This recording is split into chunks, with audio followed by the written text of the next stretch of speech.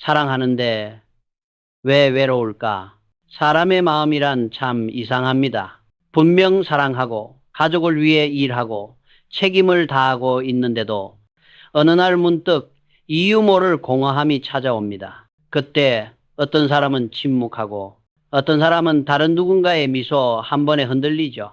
오늘 우리는 이 질문에서 시작하려 합니다. 사랑하면서 왜 사람은 흔들릴까? 이건 단순히 도덕의 문제가 아닙니다.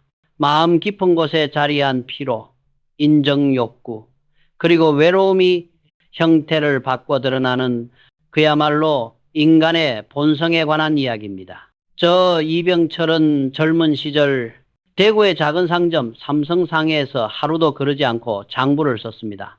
거래처와의 신용은 생명과 같았죠.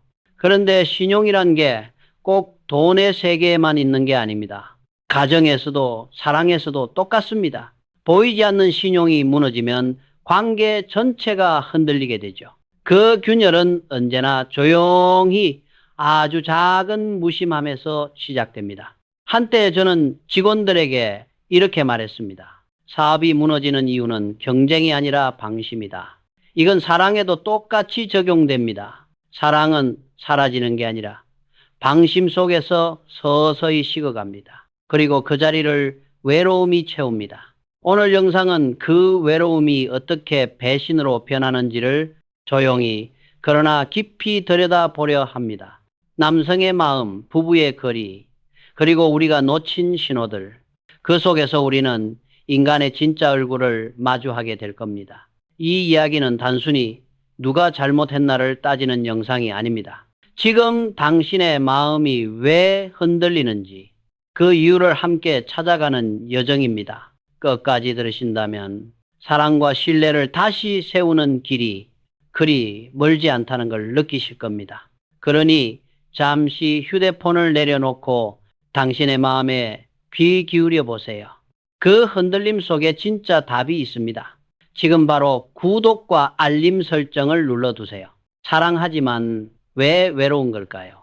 그 답 중 하나는 바로 인정받고 싶은 마음, 즉 인정 욕구입니다. 저 이병철은 평생 사람을 알아주는 힘이 얼마나 큰지 직접 보았습니다. 삼성상해 시절 직원 한 명이 작은 실수를 했을 때 저는 이렇게 말했습니다. 괜찮네. 자네는 책임을 질 줄 아는 사람일세. 그 한마디 이후 그 직원은 누구보다 더 성실해졌습니다. 사람은 인정받을 때 변합니다. 그리고 인정받지 못할 때 외로움이 자랍니다. 한국의 많은 남성들이 겉으론 괜찮아 보여도 속으론 이런 말을 듣고 싶어 합니다. 당신은 잘하고 있어요. 그러나 집에서도 회사에서도 그런 말은 거의 들리지 않습니다. 회사에서는 실적만이 평가 기준이고 가정에서는 남편이니까 아버지니까가 당연한 일로 여겨집니다. 그 결과 남성의 마음속에는 조용한 결핍이 생깁니다. 하루 종일 일하고 돌아와도 수고했어요라는 한마디 대신 오늘 장 좀 봤어? 라는 말이 돌아올 때 그 공허함은 서서히 커집니다. 그때 누군가가 이렇게 말합니다. 요즘 정말 열심히 사시네요. 그 한마디에 마음이 흔들립니다.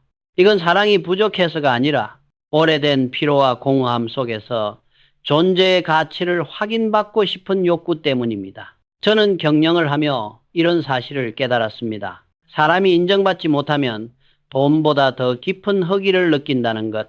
그래서 저는 이렇게 말하곤 했습니다. 사람은 돈으로 움직이지 않는다. 존중으로 움직인다. 삼성이 커질 수 있었던 이유는 단순히 기술이 아니라 사람이 스스로 가치 있는 존재라고 느낄 수 있도록 만들었기 때문이었습니다. 하지만 그 인정이 방향을 잃을 때 문제가 시작됩니다. 외부의 칭찬에만 의존하면은 마음은 점점 불안해집니다. 잠시의 관심, 가벼운 메시지 한 줄, 그것이 오랜 결핍을 채워주는 듯하지만 결국 더 큰 허물을 남깁니다. 진짜 인정은 밖에서 오는 박수가 아닙니다. 스스로의 책임을 다할 때 마음 안에서 조용히 쌓이는 신뢰입니다. 그 신뢰가 쌓일수록 외부의 유혹은 힘을 잃습니다. 기업도 사람도 같습니다. 삼성의 경쟁력은 광고가 아니라 품질이었듯 관계의 경쟁력도 말이 아니라 진심에서 나옵니다. 만약 요즘 이유 없이 피곤하고 마음이 공허하다면 당신은 사랑이 부족한 게 아닙니다. 인정받지 못한 채 오래 버텨온 사람, 일 가능성이 큽니다. 그리고 그 결핍은 외로움이 되고 때로는 흔들림으로 변합니다. 이제 다음으로 이 인정의 결핍이 어떻게 반복의 지루함으로 이어지고 왜 안정된 결혼 생활이 오히려 사람의 마음을 멈추게 하는지 함께 이야기해 보겠습니다. 사람은 누구나 안정을 원합니다. 하지만 역설적으로 그 안정이 오랫동안 이어지면은 지루함과 공허가 찾아옵니다.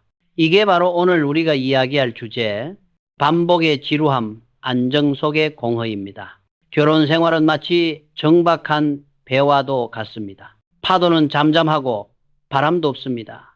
하지만 그 고요함 속에서 사람의 마음은 조금씩 녹슬어갑니다.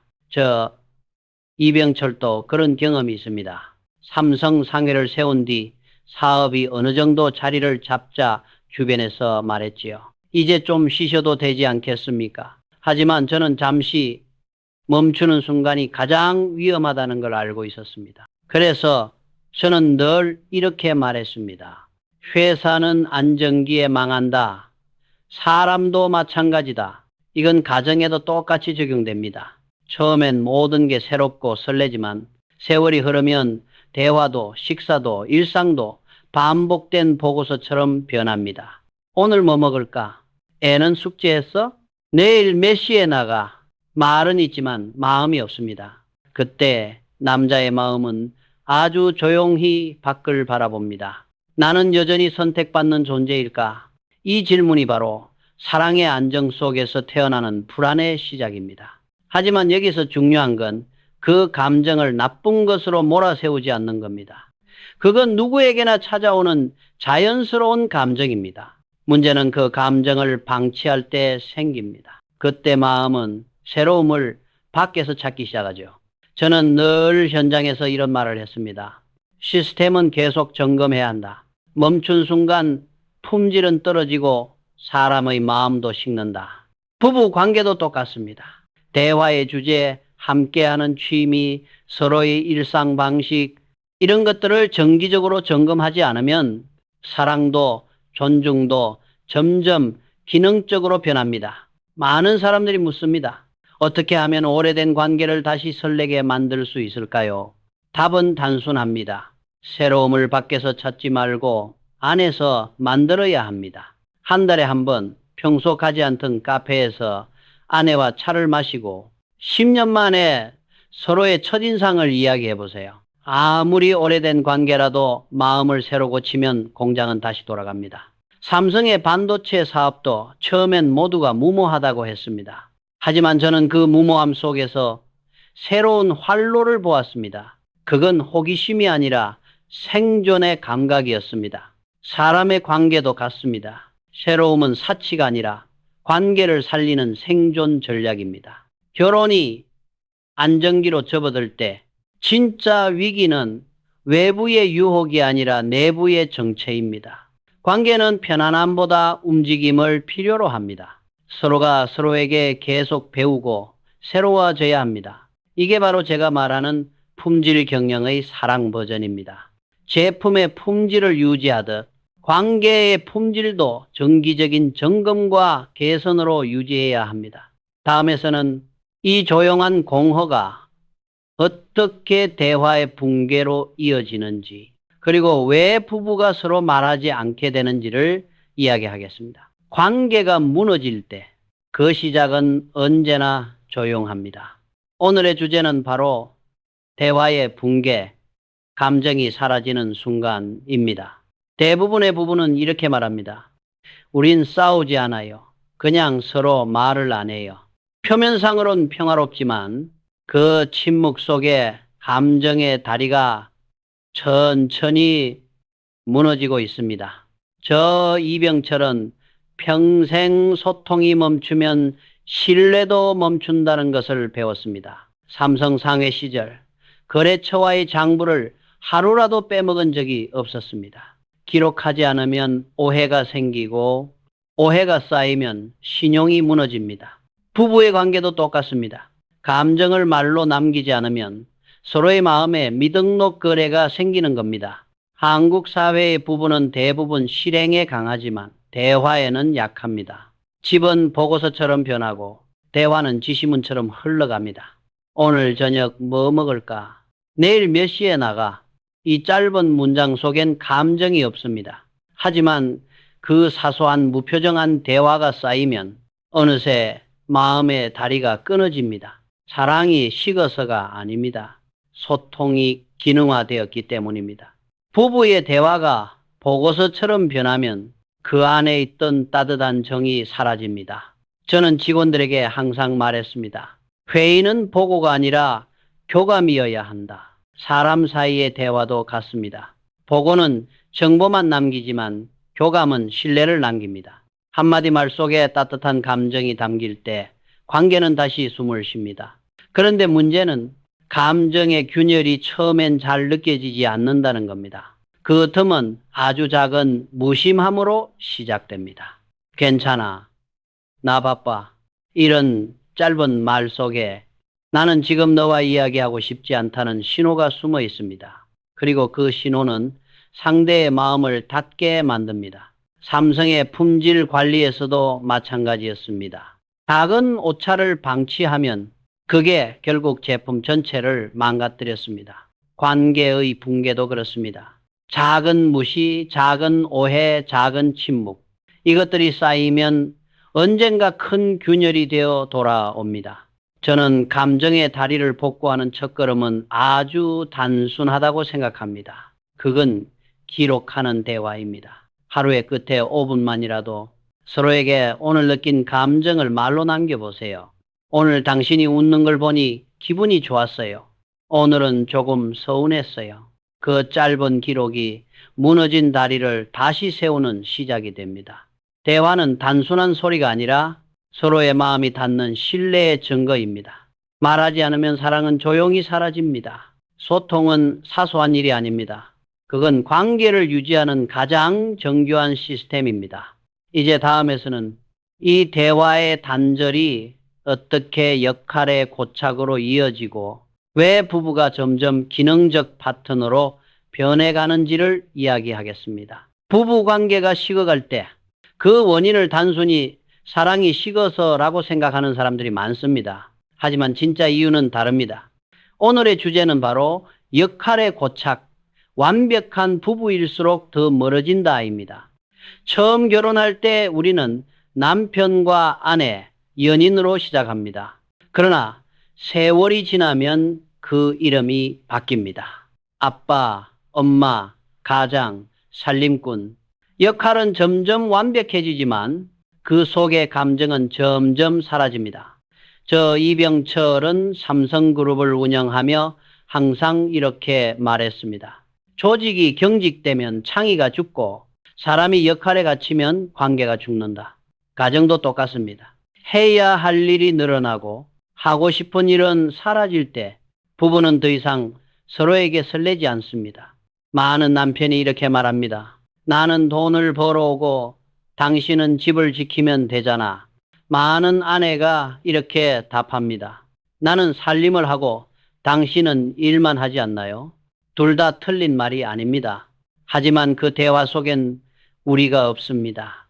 역할만 남고 감정은 사라진 겁니다. 삼성의 성장기에도 비슷한 일이 있었습니다. 모두가 각자의 업무에 몰두하다 보면 부서 간벽이 생깁니다. 생산팀은 우린 계획대로 했다고 말하고 영업팀은 판매가 안 된다라고 답하죠. 서로 잘못은 없지만 결과는 실패입니다. 이걸 저는 조직의 사일로 실로 현상이라 불렀습니다. 가정에서도 같은 일이 일어납니다. 남편은 가장의 사일로에, 아내는 엄마의 사일로에 갇혀버립니다. 그때부터 사랑은 의무로 바뀝니다. 함께 식탁에 앉아도 눈빛은 보고서처럼 차갑습니다. 대화는 계획표가 되고 스킨십은 형식이 됩니다.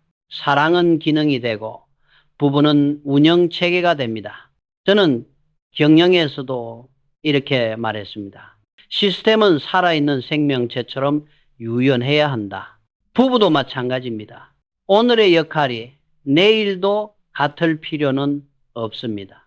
서로의 역할을 주기적으로 바꾸고 작게라도 새로운 경험을 만들어야 합니다.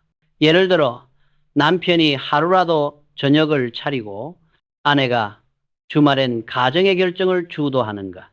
이런 작은 교환이 관계를 다시 숨쉬게 만듭니다. 한국 사회의 많은 부부들이 완벽한 역할을 유지하려다 서로를 잃습니다. 하지만 부부에게 필요한 건 완벽이 아니라 유연함과 인간다움입니다. 사랑은 기능이 아니라 관계입니다. 그리고 관계는 역할이 아니라 마음으로 유지됩니다. 이제 다음에서는 이 역할의 고착이 불러오는 또 다른 문제, 정서적 거리감과 신체적 단절, 즉 성적 불일치, 마음보다 먼 몸의 거리에 대해 이야기하겠습니다. 사람의 관계가 멀어질 때 가장 먼저 멀어지는 건 마음이 아니라 몸의 거리입니다. 그래서 이번에는 성적 불일치, 마음보다 먼 몸의 거리에 대해 이야기해 보려 합니다. 많은 부부가 이렇게 말합니다. 사랑은 여전히 있지만 예전 같지는 않아요. 이 말 속에는 단순한 피로가 아니라 서로의 리듬이 달라졌다는 신호가 숨어 있습니다. 그 리듬의 어긋남이 쌓이면 감정의 거리로 이어집니다. 저 이병철은 늘 이렇게 말했습니다. 시스템의 불균형은 결국 전력 손실을 낳는다. 사람의 관계도 마찬가지입니다. 마음과 몸, 책임과 욕망의 균형이 깨질 때 관계는 흔들립니다. 한국 사회에서 많은 부부는 정상적인 결혼 생활을 유지하기 위해 감정보다 의무로 관계를 이어갑니다. 그러나 의무는 열정을 대신할 수 없습니다. 마음이 닫힌 상태에서의 신체적 관계는 사랑이 아니라 검증의 행위가 됩니다. 나는 아직 사랑받는 사람인가? 이 확인의 욕구가 충족되지 않으면 결국 외로움이 커집니다. 사랑이 식어서가 아닙니다. 삶의 리듬, 피로, 스트레스, 대화 부족이 서로의 접속 주파수를 어긋나게 만든 것입니다. 남편은 일을 이유로 지치고 아내는 감정적 교감의 결핍으로 다칩니다. 그렇게 두 사람은 같은 공간에서 다른 방향으로 잠듭니다. 저는 인생에서 절제의 가치를 배웠습니다. 절제란 단순히 욕망을 억누르는 것이 아니라 욕망의 방향을 바로 세우는 것입니다. 기업이 이윤만을 쫓으면 신용을 잃듯 관계가 욕망만을 쫓으면 존중을 잃습니다. 존중이 사라진 사랑은 오래가지 못합니다. 그래서 저는 이렇게 말하고 싶습니다. 사랑의 온도를 회복하는 방법은 더 많은 관계가 아니라 더 깊은 대화입니다. 감정이 회복되면 몸의 거리도 자연스레 가까워집니다. 대화 없는 스킨십은 일시적 위안이지만 교감 있는 스킨십은 다시 삶을 움직이는 에너지입니다. 결국 진짜 위기는 욕망의 부재가 아니라 감정의 단절입니다. 그 단절을 회복하는 건 오직 소통뿐입니다. 사랑이란 완벽한 타이밍이 아니라 서로의 불균형을 맞춰가려는 끊임없는 노력입니다. 다음에서는 이 불균형이 한국 사회의 구조적 문제, 장시간 노동, 회식 문화, 미디어의 왜곡과 어떻게 연결되는지를 함께 살펴보겠습니다. 지금부터는 사회 문화적 압력, 장시간 노동과 외로움의 구조에 대해 이야기해 보겠습니다. 사람은 혼자서 외로워지는 게 아닙니다. 사회가 그렇게 만들어버릴 때가 있습니다. 한국의 남성들은 오랫동안 가정을 지키는 사람, 일터에서 버티는 사람으로 살아왔습니다. 그 책임감이 곧 자존심이었죠. 하지만 그 자존심이 어느 순간 고독의 굴레가 되었습니다. 저 이병철은 젊은 시절부터 시간은 돈보다 무겁다고 믿었습니다. 시간을 어디에 쓰는가가 그 사람의 인생 방향을 결정하기 때문입니다. 그런데 지금의 사회는 남자들의 대부분의 시간을 가족이 아닌 회사에 묶어둡니다. 아침엔 출근, 밤엔 회식, 주말엔 피로에 눌려 침묵. 가정의 시간은 점점 줄고 그 빈틈을 외로움이 채웁니다. 문제는 이 외로움이 너무 정상적인 것처럼 여겨진다는 점입니다. 남자는 원래 바쁘잖아.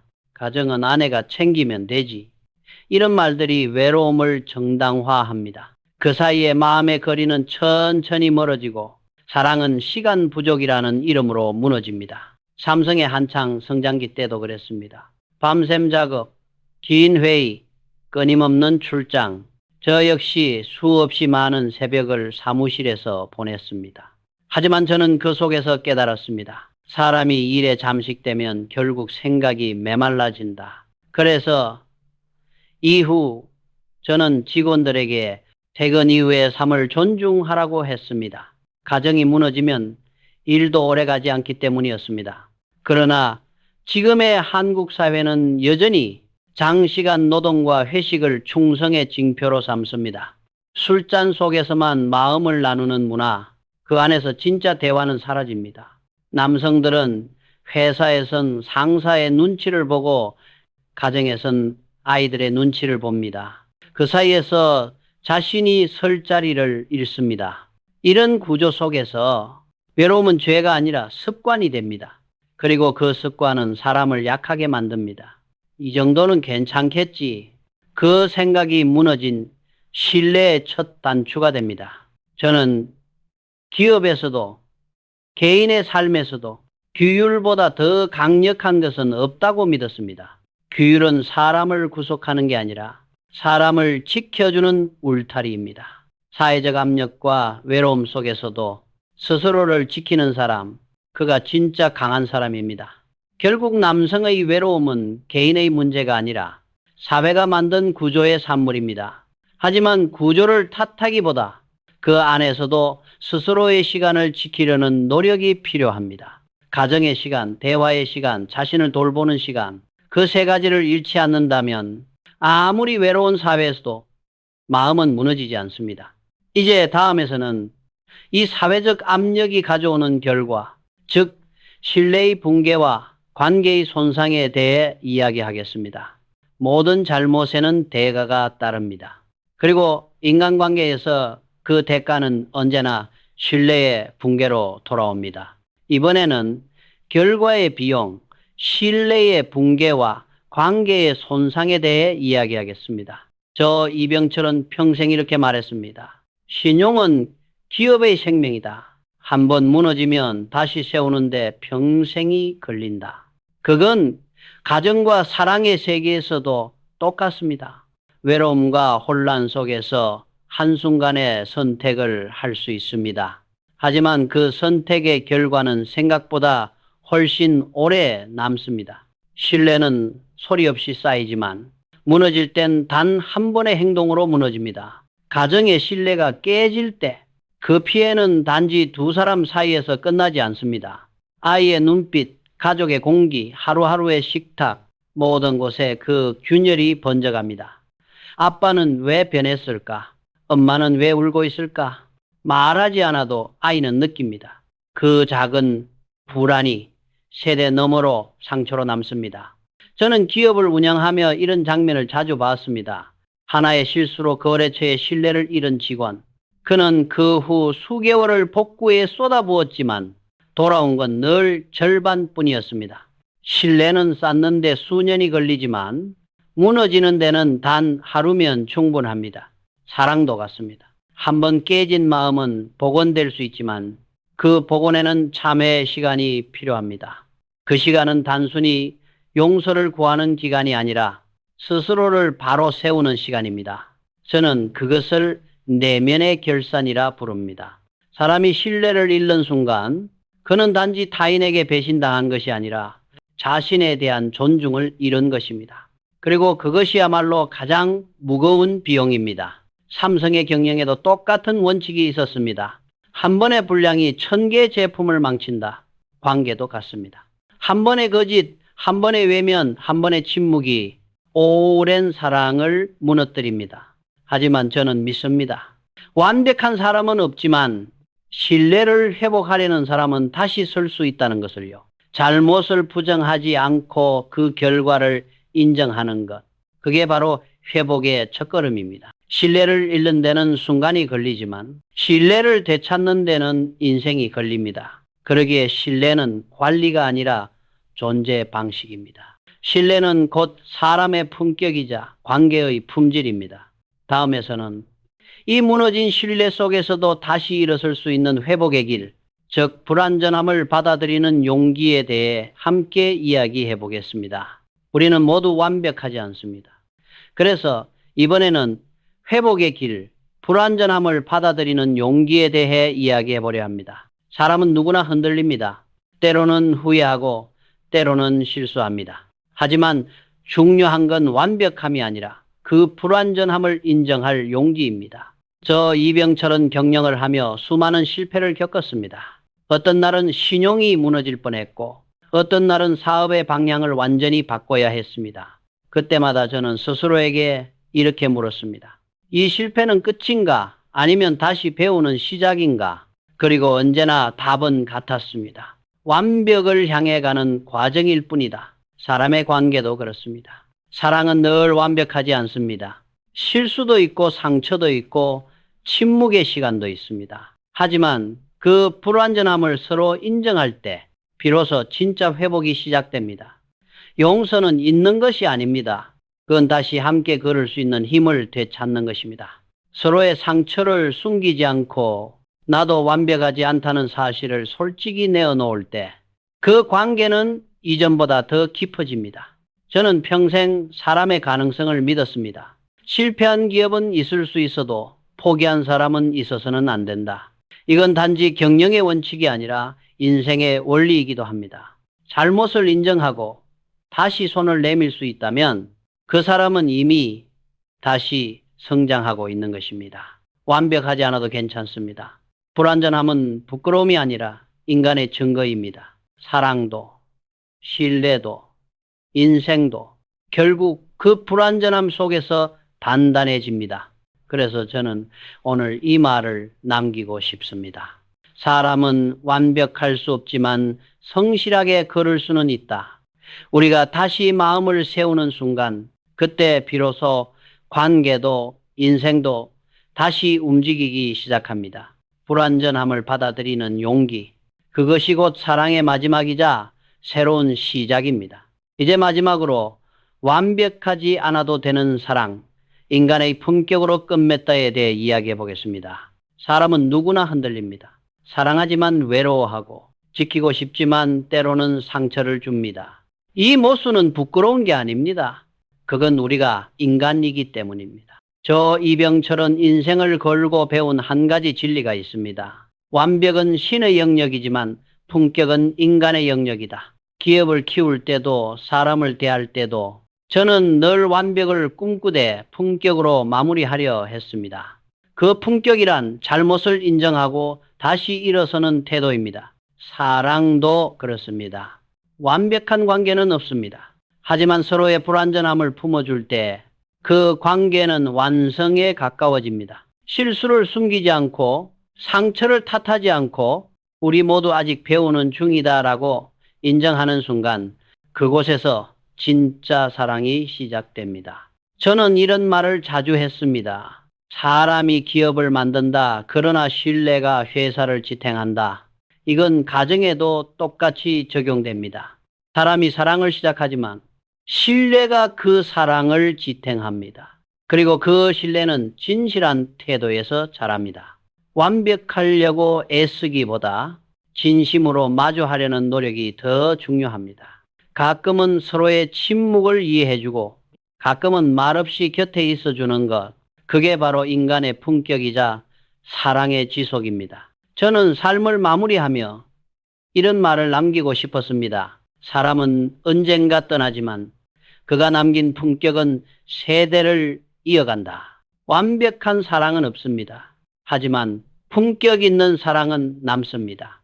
이 이야기가 누군가의 마음에 조용한 용기와 위로가 되기를 바랍니다. 그리고 당신의 삶에도 불완전하지만 진심 어린 사랑이 조용히 이어지길 바랍니다.